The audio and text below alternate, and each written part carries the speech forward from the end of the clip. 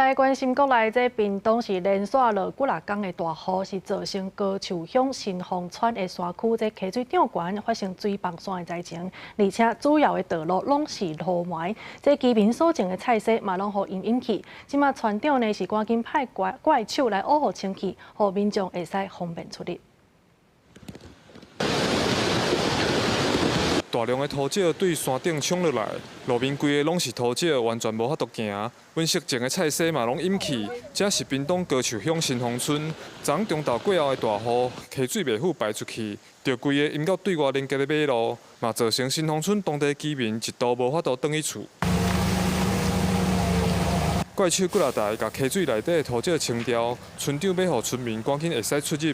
这淹到安尼，就是因为水源头的大顶水墙土石放去，致使溪水互土石塌的，雨水就淹到道路。有居民讲，好佳在积水有较退啊。昨一只恐怖，拍算物件收拾就要走啊。不到5分钟，就大量的那个黄沙跟漂流木就一起下来了，然后整条大马路都变成大排水沟，很害怕，想说。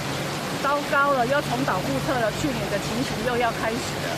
那从大金瀑布下来，那个土石全部都下来，下来之后，整那个太和路路面全部都土石，车辆人都不能过啊。最可怕的就是土石流。 屏东县长周春美结束北欧参访的行程，回国了后，昨下嘛到马家乡的收容所慰问安迪的部落居民。县政府统计，暗时10点左右，山猪毛、来义、西亚乡等总共撤离481名民众，370位医亲，111人接受安置。记者柯永哲，屏东报道。